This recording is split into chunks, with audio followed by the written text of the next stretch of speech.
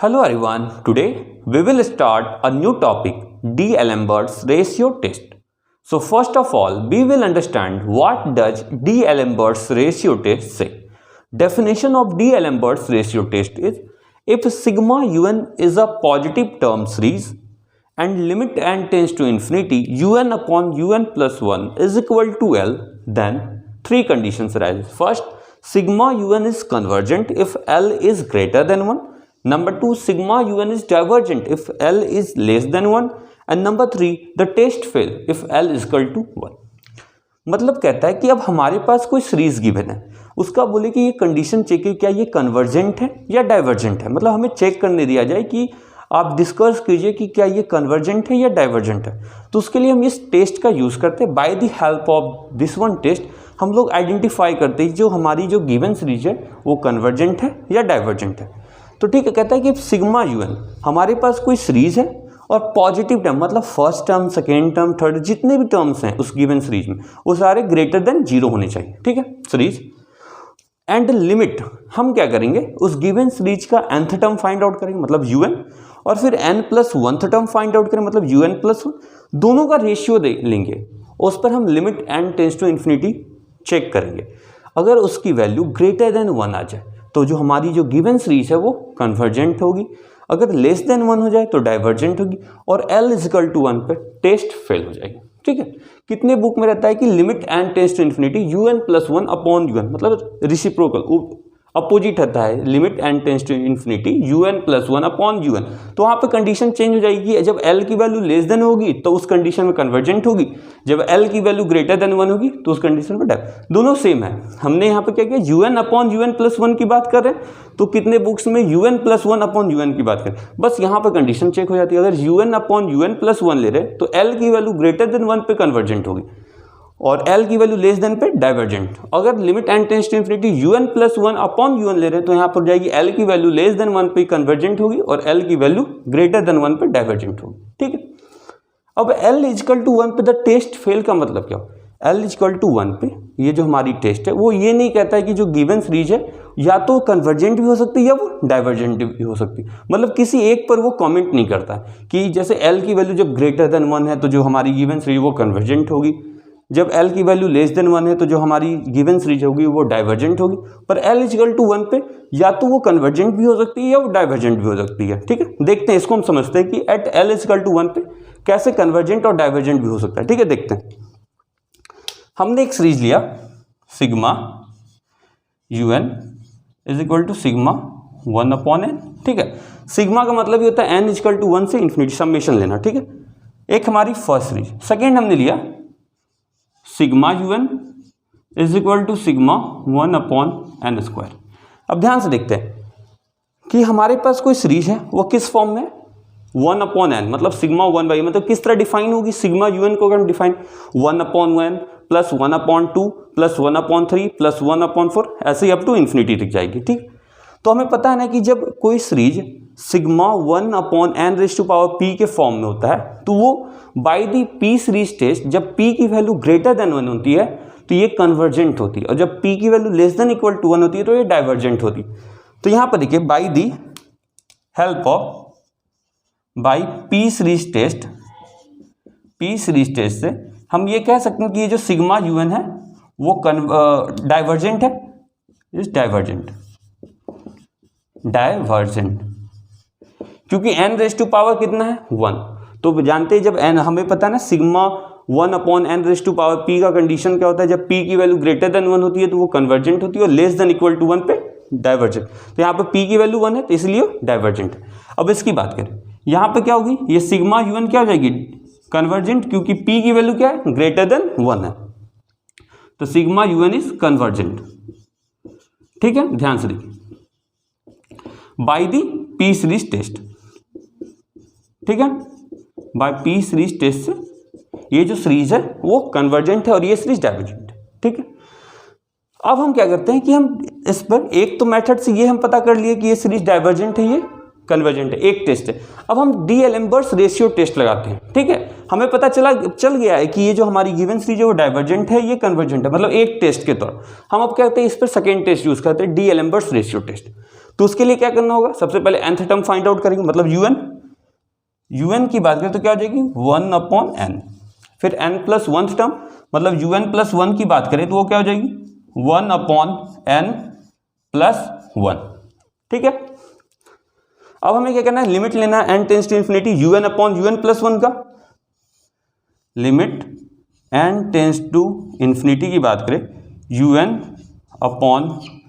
un plus 1, ध्यान से देखते हैं, ये n प्लस 1 ऊपर चली जाएगी और n नीचे आ जाएगी, n प्लस 1/n, इसको क्या लिखेंगे 1 प्लस 1/n। जब n की वैल्यू हम इन्फिनिटी पुट करेंगे तो इसकी वैल्यू क्या आ जाएगी, ये 1 के बराबर, मतलब limit n tends to infinity un plus 1 की वैल्यू क्या आ गई 1।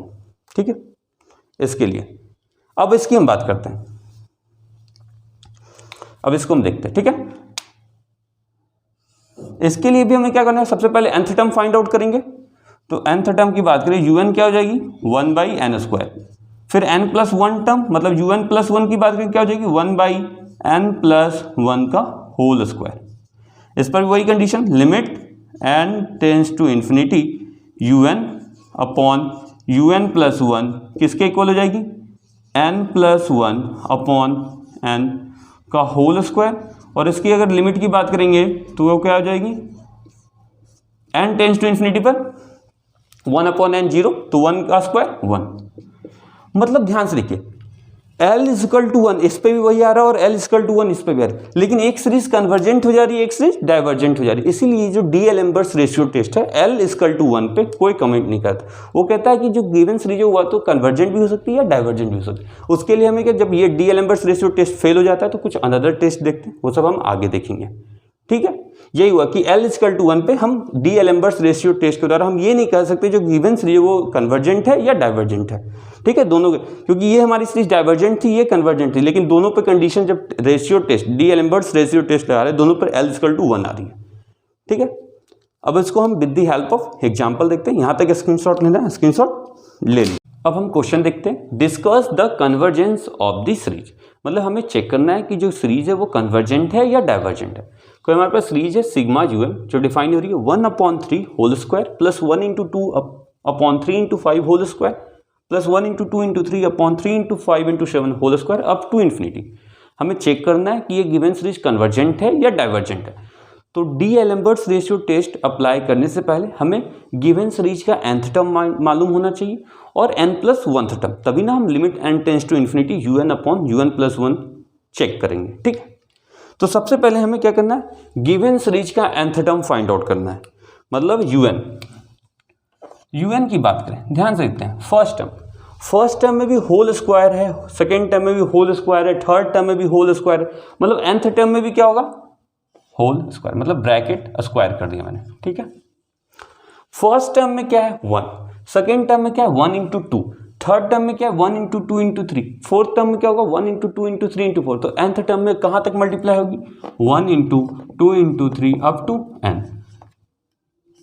ये न्यूमरेटर की बात किया मैंने, न्यूमरेटर में 1 × 2 1। ठीक है, डिनोमिनेटर की बात करें 3, फर्स्ट टर्म में 3, सेकेंड टर्म में क्या है 3 × 5, थर्ड टर्म में क्या है 3 × 5 × 7, मतलब फर्स्ट टर्म में 3 है मतलब 1, सेकेंड टर्म में अप टू 2 मल्टीप्लाई होगी मतलब 3 × 5, मतलब ये 3 5 7 एक AP सीक्वेंस को रिप्रेजेंट कर रहा है।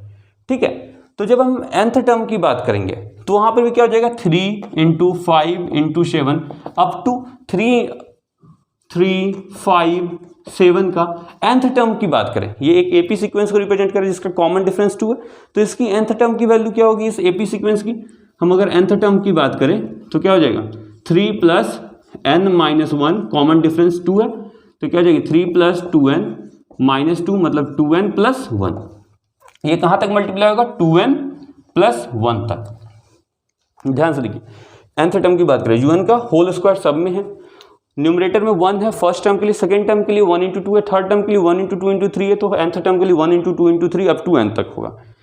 डिनोमिनेटर की बात है, फर्स्ट टर्म में 3 है, सेकेंड टर्म में 3 × 5 है, 3 × 5 × 7 है, इसी तरह 3 × 5 × 7 × 9 है फोर्थ टर्म में, तो nth टर्म में क्या होगा 3 × 5 × 7। अब तो मल्टीप्लाई कहाँ तक होगी, ये 3 5 7 9 के AP सीक्वेंस की जो nth टर्म की वैल्यू होगी उसके अब तक मल्टीप्लाई हो जाएगी। ठीक है, तो 3 × 5 × 7 अप टू 2n + 1, ये nth टर्म हो गई। अब हमें क्या करना है, n+1 था, मतलब un+1 की बात करें, ध्यान से देखते हैं, तो उसका भी होल स्क्वायर होगा। ठीक है, तो हम डायरेक्ट पहले कर देते हैं ब्रैकेट में होल स्क्वायर। अब ध्यान से देखते हैं, 1 × 2 × 3 अप टू n+1 तक जाएंगे, इंटू n+1। ठीक है, अब हम डिनोमिनेटर की बात करें तो 3 × 5 × 7 अप टू 2n+1, और एक n+1 की वैल्यू क्या हो जाएगी, जब यहाँ पर n+1 टर्म की वैल्यू n+1 कैंसिल तो 2n+3, तो ये मल्टीप्लाई कहाँ तक होगी, 2n+3 तक। ठीक है, ये nth टर्म, ये n+1 टर्म। अब हमें क्या करना है, un/un+1 का सबसे पहले रेशियो फाइंड आउट करते हैं, तब हम लिमिट चेक करेंगे n टेंड्स टू इन्फिनिटी पर।